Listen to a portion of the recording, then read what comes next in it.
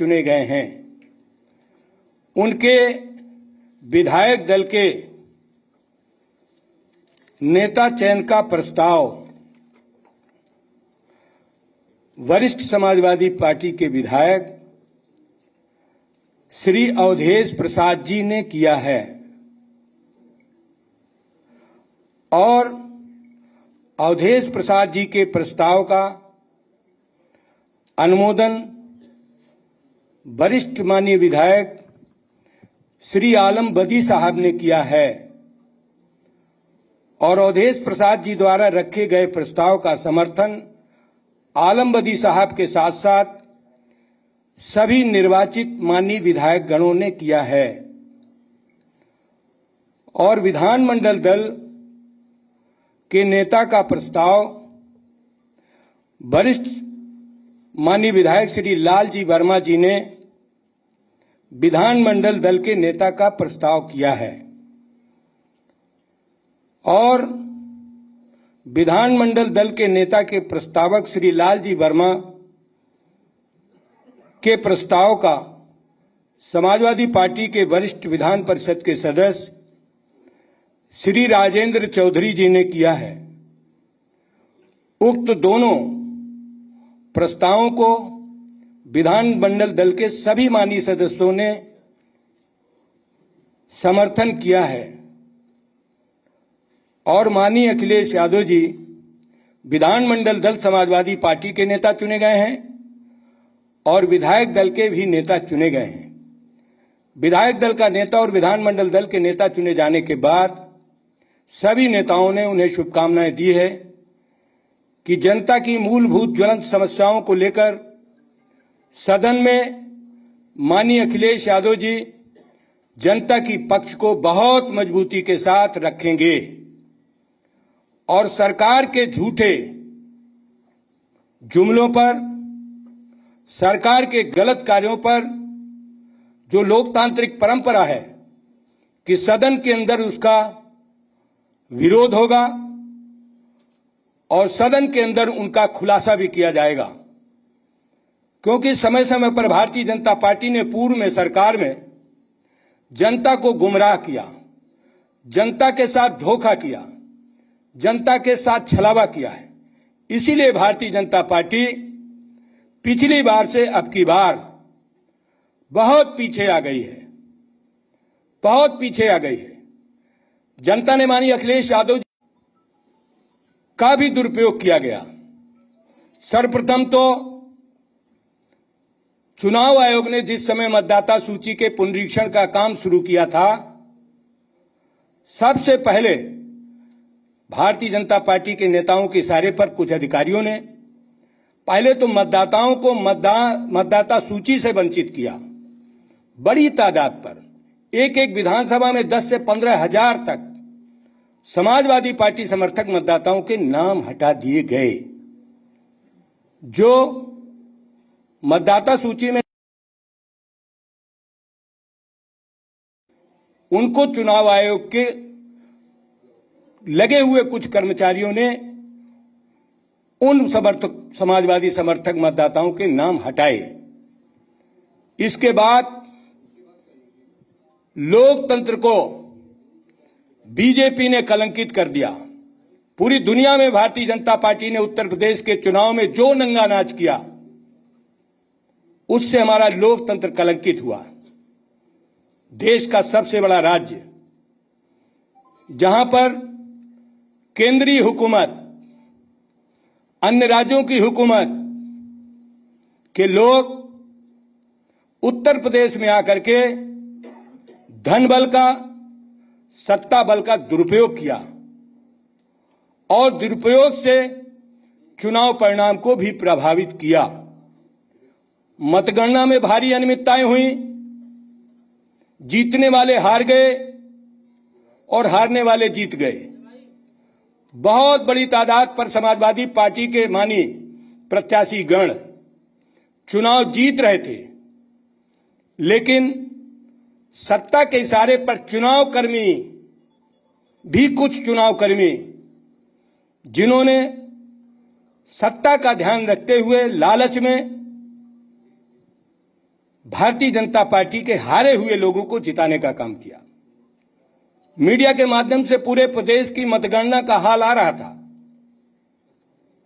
और मतगणना में समाजवादी पार्टी के उम्मीदवार बड़े वोटों से जीत रहे थे, लेकिन जैसे ही ये पता चला कि समाजवादी पार्टी की सरकार बन जाएगी, जानबूझ करके मतगणना में भी हेरफेर करके चुनाव को प्रभावित किया गया और लोकतंत्र को कलंकित करके भारतीय जनता पार्टी की सरकार बनाई गई है। भारतीय जनता पार्टी दोहरे चरित्र की पार्टी है। भारतीय जनता पार्टी ने जनता से जो वादा किया पिछले 5 वर्ष में उसे भी पूरा नहीं किया। महंगाई कम करने की बात कही थी, केंद्रीय हुकूमत के प्रधानमंत्री से लेकर केंद्र के मंत्रियों ने महंगाई कम करने की बात कही थी, लेकिन पिछले 5 वर्षों में और इस समय भी महंगाई लगातार बढ़ती जा रही है। जनता के हर वर्ग की कमर टूट रही है, लेकिन बीजेपी अपनी पीठ थपथपा रही है। बेरोजगारों को रोजगार नहीं दिया, झूठा वादा किया। बेरोजगार दर दर की ठोकरें खा रहा है, आत्महत्या कर रहा है। बेरोजगारों को रोजगार नहीं मिल रहा और बीजेपी फिजूल खर्ची पर आमदा है। गरीबों के पैसे से जो टैक्स आते हैं, उस टैक्स का बेजा इस्तेमाल भारतीय जनता पार्टी करती है। इस लोकतांत्रिक देश में गरीब गरीब होता जा रहा है, कमजोर कमजोर होते जा रहा है और पूंजीपति की पूंजी में भारी इजाफा होता जा रहा है। ये बहुत बड़ी आर्थिक गैरबराबरी भारतीय जनता पार्टी ने ला दी है और इस प्रदेश के अंदर बेरोजगारी बढ़ा दी है। किसानों को सबसे ज्यादा परेशान किया है। किसानों को एमएसपी की गारंटी नहीं दी जा रही। उत्तर प्रदेश के हजारों लाखों किसान एक साल जाड़ा गर्मी बरसात की परवाह किए बगैर आंदोलन करते रहे। बीजेपी ने बिना डिस्कशन के 3 काला कानून लाए। हमारे मीडिया के भाइयों ने, देश के राजनीतिक विशेषज्ञों ने, देश के महान नेताओं ने कहा कि लोकसभा राज्यसभा में बिना चर्चा के, बिना बहस के कोई बिल पास कराया जाएगा, वो तानाशाही है। उन्होंने लोकसभा के अपने सदस्यों से, राज्यसभा के सदस्यों से भी उन पर राय मशविरा नहीं किया और मोदी जी ने वो 3 कानून लाद दिए जो किसानों ने एक साल सैकड़ों किसान शहादत हो गई। और उसके बाद जब उत्तर प्रदेश का चुनाव आया, चुनाव के वक्त उन्होंने वो 3 काला कानून वापस किए और किसानों ने अपने समर्थन मूल्य की गारंटी मांगी और आज तक भारतीय जनता पार्टी ने किसानों के समर्थन मूल्य की गारंटी नहीं दिया। कहा था कि हम किसानों को स्वामीनाथन आयोग की रिपोर्ट लागू करके किसानों को लागत से जोड़ा देंगे, लाभकारी मूल्य देंगे, 2022 में आय किसानों की दुगना कर देंगे। मैं बड़े अफसोस के साथ आप मीडिया के भाइयों से कहना चाहता हूं कि आज हमारे किसान सबसे ज्यादा परेशान हैं। न किसानों को गेहूं का मूल्य मिला है, न धान का समर्थन मूल्य मिला है और न गन्ने का बकाया मिला है। तिलहन दलहन पर भी भारतीय जनता पार्टी ने किसानों के साथ बहुत बड़ा धोखा किया है। हमारे प्रदेश की किसानों की समस्याएं लगातार बढ़ रही हैं। कुटीर उद्योगों का तहस नहस कर दिया बीजेपी ने। कुटीर उद्योग इस प्रदेश के बीजेपी ने बर्बाद कर दिए। कुटीर उद्योगों से देश के नौजवानों को, प्रदेश के नौजवानों को रोजगार मिलता है। उन कुटीर उद्योगों पर बीजेपी ने ध्यान नहीं दिया। सिर्फ झूठ बात करना, बेरोजगारों को लाचार बनाना, किसानों को, गरीबों को लाचार बनाने के अलावा बीजेपी ने कुछ नहीं किया है। इन सारी समस्याओं को लेकर समाजवादी पार्टी सदन में जाएगी और सदन के अंदर जनता की समस्याओं को, समाज के सभी वर्गों को बहुत मजबूती के साथ माननीय अखिलेश यादव जी के नेतृत्व में सदन के अंदर रखेगी। दोनों सदनों में भारतीय जनता पार्टी की पूरी की पूरी गलतियों को उजागर किया जाएगा और जनता की समस्याओं को सदन के अंदर उठाया जाएगा। हमारे समाजवादी पार्टी के विधानमंडल दल के सभी सदस्यों ने आप सबके माध्यम से ये बातें मुझे कहने के लिए दिया। मैं माननीय राष्ट्रीय अध्यक्ष जी के निर्देश पर और माननीय विधानमंडल के सदस्यों के सुझाव पर आपके बीच में मैंने आज की कार्यवाही आपके समक्ष रखी है।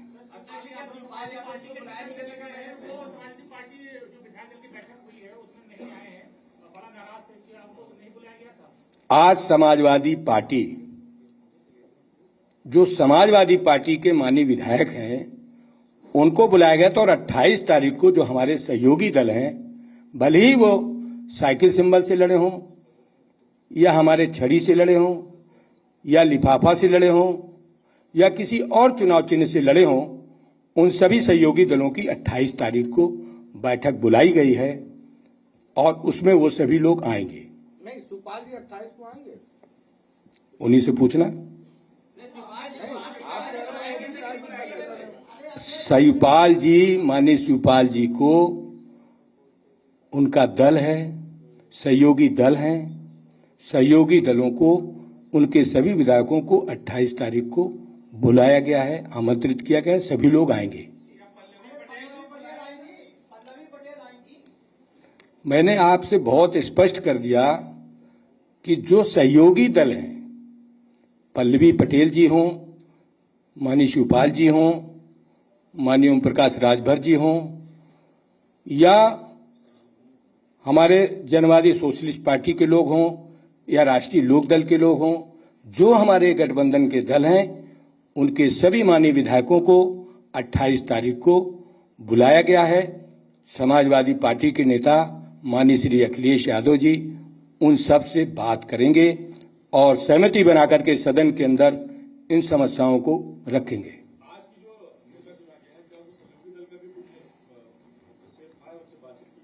दल जो है, दल ये समाजवादी पार्टी है।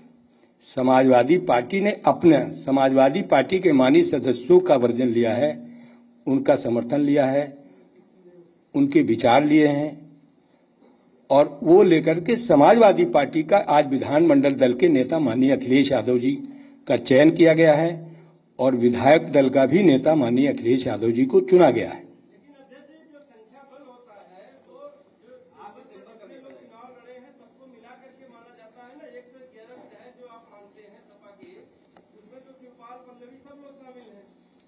संवैधानिक प्रक्रिया में भी यह है कि विधानमंडल दल के जितने आपकी पार्टी के बैनर तले जितने लोग लड़े हैं सब विधानमंडल दल में माने जाएंगे।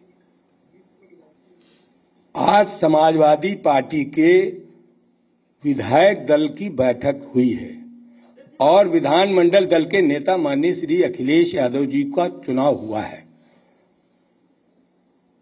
और सहयोगी दल के माननीय विधायकों को 28 तारीख को बुलाया गया है। वो हमारे सभी सहयोगी दल के नेता माननीय विधायक 28 तारीख को उपस्थित होंगे और उस दिन की कार्रवाई भी आपके सामने हम रखेंगे। ऐसी उम्मीद की जा रही थी पहली कैबिनेट में कि रोजगार को लेकर योगी सरकार कदम उठाएगी, उसको लेकर कदम तो नहीं उठाया गया, लेकिन राशन को लेकर किसी ने कदम उठाया गया। क्या आपको लगता है कि रोजगार के लिए भी एक कदम होना चाहिए था, क्योंकि राशन को सिर्फ फोकस किया उन्होंने? मैंने पहले ही कह दिया कि रोजगार नहीं दिया 5 वर्ष उत्तर प्रदेश में। 2 करोड़ लोगों को रोजगार देने की बात भारतीय जनता पार्टी ने देश में कही, तो उस रेशियो से आप यूपी के रोजगार जोड़िए। आप लोगों ने समय समय पर चैनल के माध्यम से, अखबार के माध्यम से, मैगजीन के माध्यम से भारतीय जनता पार्टी की कार्रवाई को जनता के सामने रखा, इसीलिए नौजवान समाजवादी पार्टी के नेता माननीय अखिलेश यादव जी के पक्ष में खड़े थे। माननीय अध्यक्ष जी, मेरा सवाल है, कल शपथ ग्रहण समारोह था, योगी सरकार का मंत्रिमंडल में कितने मंत्री होंगे, क्या होंगे, सारी चीजें आ गई।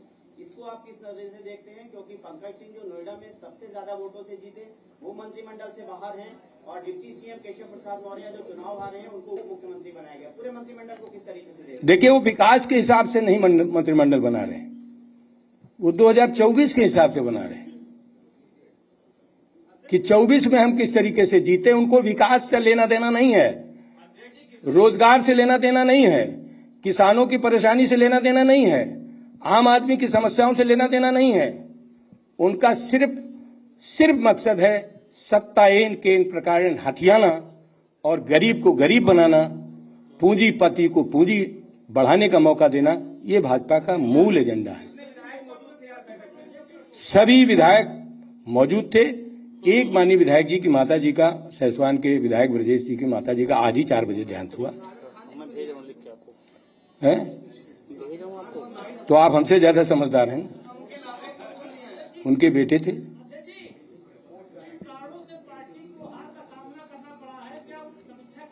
आप सबसे सुझाव चाहते हैं, आप समीक्षा करके हम लोगों को सहयोग करो।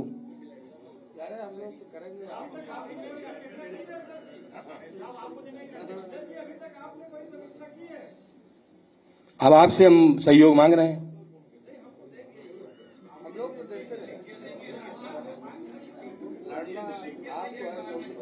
चलिए, आप सभी लोग आए, आप सबका बहुत बहुत धन्यवाद। और आपका जो सहयोग चुनाव में भी मिला है लोकतंत्र की रक्षा में, उसके लिए भी मैं आप सबका आभारी हूं।